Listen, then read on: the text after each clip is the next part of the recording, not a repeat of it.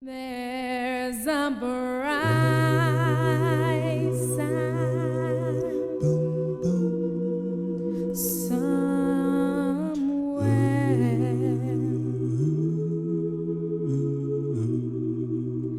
There's a bright Welcome again. Thanks for checking out the video. This will be a little unusual in that I'm going to make some observations, and I will tie it in at the end with some scripture, and hope maybe you'll be able to see the connections between what I'm doing. So bear with me for a few minutes. Give me a few minutes into this, and then we'll go from there. This is just something, I don't know, I guess you get to my age, you do start to look back and reflect a little bit over life and things that you've seen and noticed. And I have seen some changes in my lifetime. And one of the things that I see is there seems to be this move culturally towards, I don't know what the right word is to use. The one I came up with is standardization. We just want to see things in this kind of standard way. We want to put people into categories that are nice and neat, and we want to be able to analyze them and figure them out and all of that. And people just don't work that way. And let me give you an example of what I'm talking about. My wife is a teacher, and I don't want to wander off into too much controversy, so just bear with me. But all this state testing, this standardized testing that goes on, I always wonder how helpful that really is. And I guess for those of you that are teachers in the congregation, you are welcome to make comments below or call me, text me, in case I get off base, because I'm probably going to say something that's not on track, because I know I'm not an educator. But there just seems to be a lot of emphasis and reliance on this state testing that goes on. And I just have to say that I'm not convinced that state testing, standardized across the board, everybody takes this test, is really a good way of determining intelligence or ability. I have known in my life very smart people that could not take tests well. They get test anxiety, or maybe they just don't understand. I've known people that did really well. I knew one young man that, he never even finished high school. He decided to get his GED, and then he decided to give college a try. Went on to get his PhD. It's an amazing story of what he was able to accomplish academically, and maybe some of it was maturity issues, but I think some of it was he just thrived in a college type environment as opposed to a high school type of environment. And I think, I don't know, just to me, at least my college experience was very different from my high school experience in terms of the way you learned and the way you did things, and it made a difference. In other words, another thing that I've noticed is I've done a little bit, and I emphasize a little bit. I realize there's more here, but I've been interested in and doing some reading and study on the differences between boys and girls. And the stuff I've seen indicates to me that there's definitely a difference between boys and girls, and it just seems to be built in. Now, I guess to get the disclaimer in, you've always got the ends of the spectrum that don't fit, but I'm talking about that big bulk in the middle there. There are differences between boys and girls. And very often school tends to be typically a more feminine type of environment. And so very often, a lot of times girls will thrive more in a school environment than boys do because it's just not set up well for boys. And I think that causes problems. And if that's not making sense, let me give an example. This was an example I was reading in a book, and the guy that was doing this he talked about, let's say, art. And and now according to him in his research, he says girls actually have better physical capabilities. Their eyes are a little different. They physically comprehend and see colors better and more colors than boys. Women typically tend to see more colors and are better at colors than men are. And so in art class, you'll have a little boy, and he might be perfectly content to draw with very few colors, or maybe just even use a black crayon. He might be quite content to do his whole picture with a black crayon. While you'll have a girl that's sitting next to him, perhaps, that is using all these different colors, all these different crayons. And now let me get this in here. It's not that the art teacher is bad, and it's not that she's not trying to cause any harm, but she comes along and she looks at the little girl's picture, and since she's a woman, because my experience has been overwhelmingly elementary and lower age teachers are women by and large. So because she's also got that same color orientation and way of looking at things, she just praises the little girl for her drawing and her use of colors and all of this sort of stuff. And then she comes to the little boy and he's just used black. And so she, she'll try to, and again, she's trying to encourage him. She's doing a good thing. She's really trying, or she's trying to do a good thing where she'll try to encourage him. You need to use more colors, or you need to do this or that. And you know what? He can't put it into words, but children are very good psychologists, even at a young age. And all he can figure out is, well, that little girl sitting next to me is good at this and I'm not. Therefore, I hate art, And that sets a precedent for later in life if you're not careful. And there are other examples that we could multiply and talk about out of this, but I just want to give you one example of what I'm saying is that very often school can sometimes be a very feminine environment in terms of the way things are learned and done. And I guess I'll hear about it in the comments below in the video or from my calls and emails this week, but at least just consider that as a possibility. Okay, I probably need to do this. Let me take the other side for a moment. In some ways, I get the idea that there has to be some kind of testing that takes place. There are some basic skills that a person needs to learn in order to be able to function, at least if they're going to consider themselves somewhat educated or going to graduate from school. And I understand that administrators and at the state level, those that they need to see is a school performing well or not. And you need those kind of numbers. And there's no way you can go to every school and watch them all. I mean, you want something. And it's nice as an administrator to have a nice little pie chart or something that says, hey, we're going up in this area, that sort of thing. And so I get it. There's a side to this that says there has to be some accountability and there has to be a way of maybe trying to at least measure and see what's going on. But see, it brings me back to this idea of standardization. We seem to be enamored with everything has to fit into a particular category, and that may work for some things, but it doesn't work for people. It is very hard to categorize people. Now, we can do this to some extent, but it's tough to do. Let me give another example of something that I've observed in life that has changed. And this may again be an odd one, but when I was in school and even going all the way through high school, my general observation was the principal of the school, and I went to small schools, by the way, so maybe my large school experience would have been different. But I went to small schools, very, very small schools, and the principal had a whole lot of power and latitude in terms of how to handle situations. And I think those principals then had much more power and latitude to handle situations than principals do today. In other words, as I grew up, my experience was it was common for boys to fight. Boys would fight all the time. I'm not saying it would happen every day, but it was common that boys would fight. And I can remember this one instance in high school, without getting into a lot of details, and of course I'm giving you my perspective on this thing, but there was one guy in the high school that was just not a very pleasant fella, and he was big. He was a big guy, and so he would use his size and his weight to his advantage to get what he wanted, and he didn't treat a lot of people very well. And finally one guy got fed up with it and just flat out took him down a peg, and he did it at school. And it was ugly and it was bad, and if I could go into all the details of it, today, boy, the cops would be called out. They'd have called out the SWAT team with all the stuff that had happened, and it would have made the news and all this kind of stuff. The principal handled the whole thing. He brought both those boys into his office. He gave them both licks, gave them a big lecture, sent them on their way, and the reality was there was no more trouble out of either one of them. In other words, the big boy got taken down a peg, he got an attitude adjustment, and he learned something. And there was never another fight between these two guys. There was just something there about we're establishing some boundaries here about how we're going to act. You can't act that way. And others will let you get away with it, but I'm not going to. And the principal knew that. In other words, I would be willing to guess. I feel confident because he knew. See, it's a small school. You know all these kids. You know what they're like and their personalities. I bet you anything, he went home to his wife that night and said something like this: old so-and-so got the tar kicked out of him. And he was probably glad about it. See, that's one of the reasons why nobody was expelled. Nobody got expelled in this. That boy got his tail kicked. He learned a lesson. The other guy demonstrated to him how things are going to be.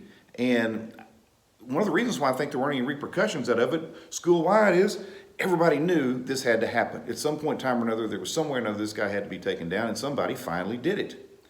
And I tell you, today, if what had happened there today, there would have been cops. Well, you get the idea.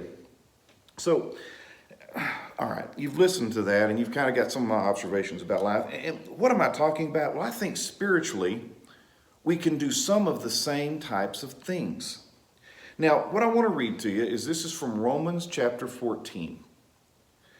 It's Romans chapter 14, and I probably should, if I really ideally should do Romans in a bigger context sometime, because there's more context to talk about it in this, but I think you'll get the point of what we're doing here.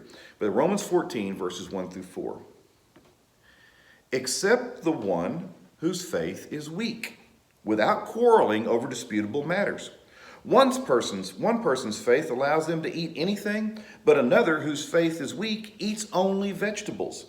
The one who eats everything must not treat the one who does not, and the one who does not eat everything must not judge the one who does, for God has accepted all.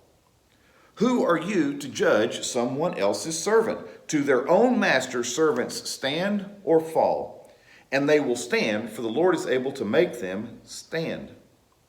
Now, the focus in this, without getting into all the discussion about why is he talking about dietary issues and things of that nature, the bigger point here I want you to grab onto is this. Who are you to judge someone else's servant? See, one of the things that we need to realize that's important is the way we serve God differs. The way we serve God differs. We talk about this a lot in terms of we're all gifted differently and those sorts of things, but the reality is, very often, if we're not careful, we can start to think in terms of, well, the way I serve God is the better way to serve God. Or there are superior, even if you don't do that, you may still think there are superior ways of serving God, and God smiles more brightly on those and that kind of thing. And now, let me say again, let me get the disclaimer in here, do the other side for a moment.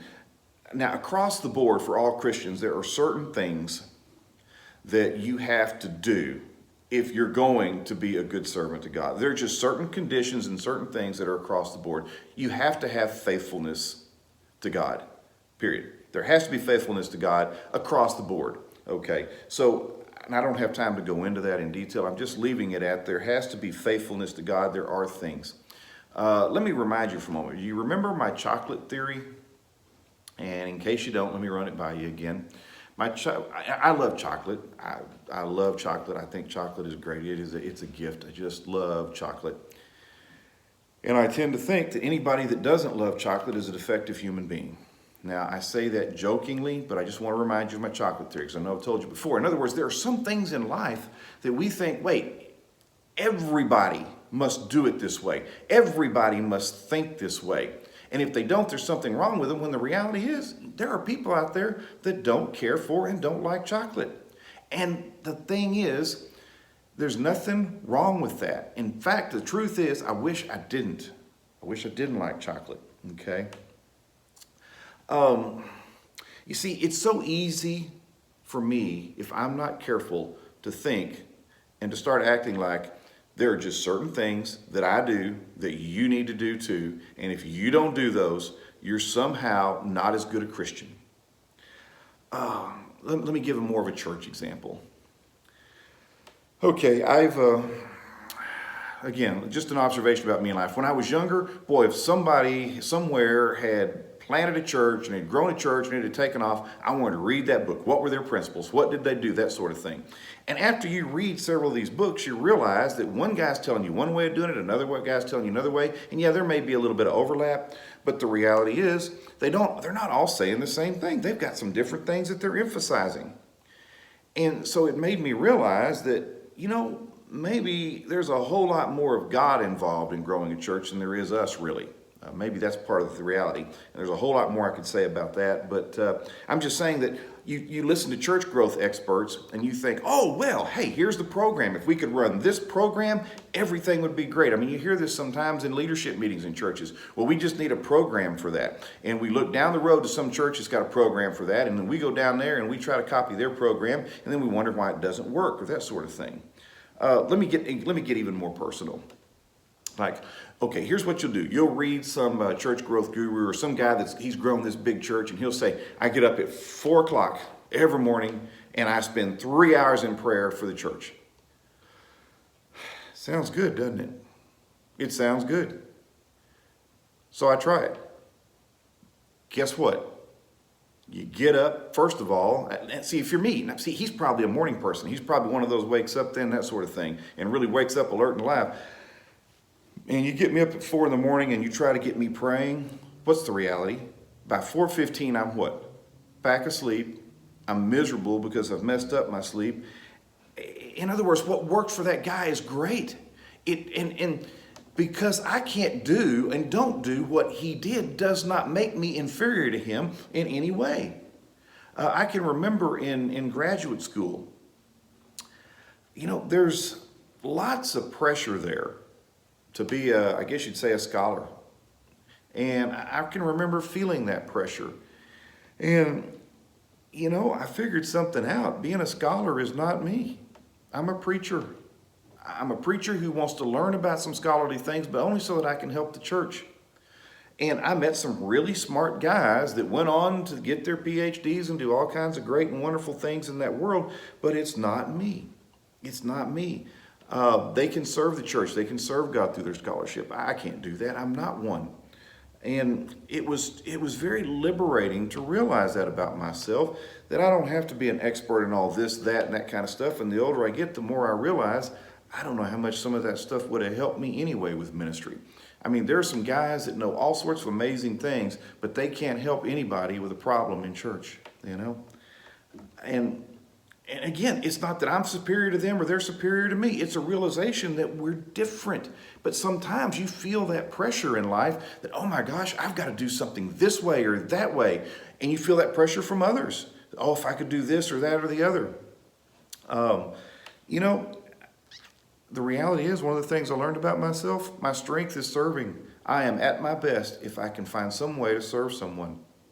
That's it. That's really what it comes down to. I can remember one of the most liberating conversations I had with one of my professors one time. And I was so frustrated because I couldn't do as well as some of the others in class. And it wasn't that I was failing the class. I passed, I did fine. But you could just tell there were some that got things, they got it easily. And he and I both knew I was not on the track to go get my PhD and do all that kind of stuff. And he just said, Barry, you're doing fine.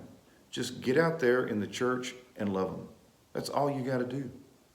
And I don't know, there was something very liberating hearing that, to say, you don't have to be this, you see.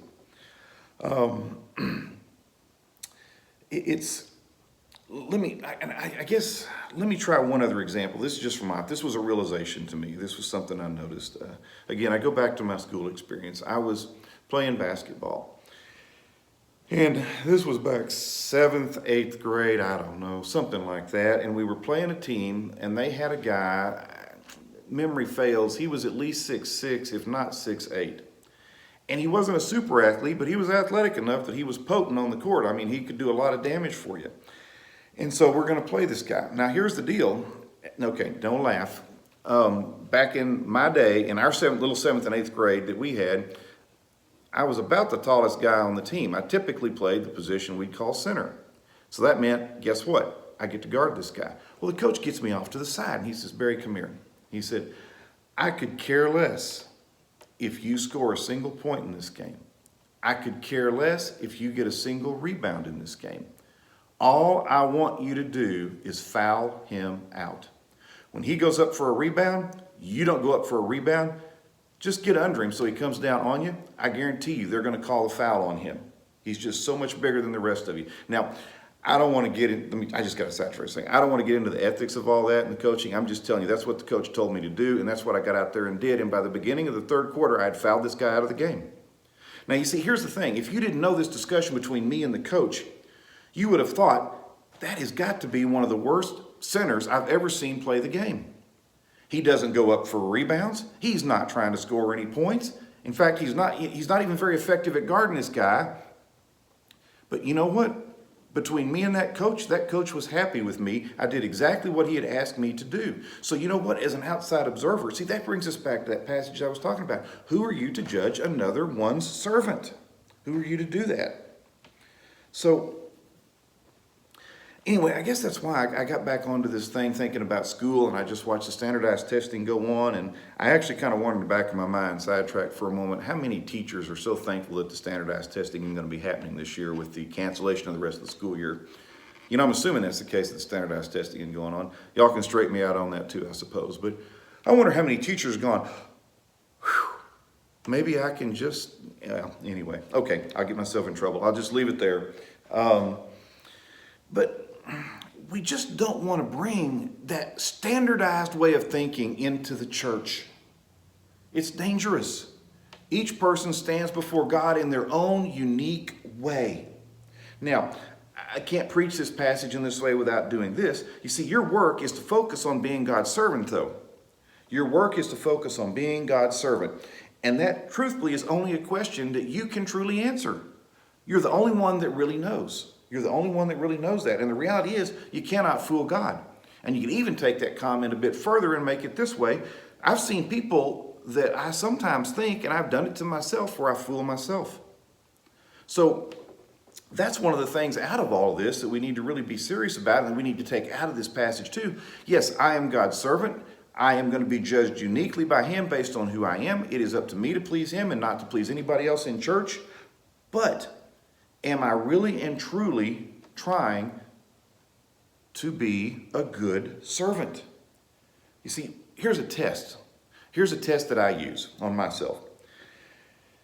Is my focus on my happiness or God's will? Is my focus on my happiness or on what it is that God wants from me? Whew. Now that's a tough one if you want to start answering it honestly. You see, sometimes it can be more about my happiness and what I want and what I think is important. And see, that's what I talk about. We can fool ourselves, and then I'll convince myself, well, this is what God wants. Maybe not. Maybe not. Because you know what? It's all about my happiness, what I want, what I think is good. And you know what? It may not be what God wants. And, well, let me give this in a little bit different way. Maybe make it more of a challenge to us. We have a challenge that goes on in our culture. By and large, I think we have a consumer culture. We are here to consume. Products are put out there, and you know what? One of the scary things is that church becomes the same type of thing. It becomes a product to be put out there. And I had a teacher, again, go back to my grad school days. I had a teacher tell us one time, a whole class, he said, if you don't think there is competition among churches, you are naive. The reality is churches do, especially if you're in an area with a bunch of them, they feel that pressure of that competition. We want more here. We want to be bigger, better, all that sort of stuff. And there is a competition sometimes that goes on. And if we're not careful in that competition, you don't wind up being faithful to who it is you're really supposed to be faithful to. And that's God. Let me bring it down to another level. Because of what I do as a preacher, very often you'll have somebody visit church, and then you go and you visit with them and you talk to them. And one of your questions is, are you looking for a church home? Are you looking for a place to be? And one of the things that I tell people in their search is this: do not look for a church where you can be served, but for a church where you can serve. Because I've seen time and time again, people will be out there saying, wait a minute, now where is a church that will, see, it's that consumer mentality. Where is a church that will fill all my needs, that will do this, that, and the other for me? And that's what they're looking for. And they just end up being consumers, and that's all they are. In other words, one of the ways that you can ask yourself and be a really good servant is, how do I find a church where I can serve instead of being served? Now, again, I got to get my disclaimer in there. It's not that there aren't times in life when you need to be fed yourself spiritually. There's not times in life when you don't need to be able to sit back and let yourself be ministered to. But the reality is, sometimes people spend all their time being ministered to and never step out and do the serving themselves. You know? Maybe another test would be, do I weigh everything I do with God first? And maybe that's just a variation on my first one. But do I weigh everything that I do with God first in my life? See, I kind of have to leave this sermon vague at the end because my main point was a servant can only be judged by his master, and you can only be judged by God. And so I just leave you with those questions to think about. But ultimately, the message tonight is this. We need to know and enjoy the diversity of people who make up the church and let each one serve God in their own unique way. Thanks. There's a bright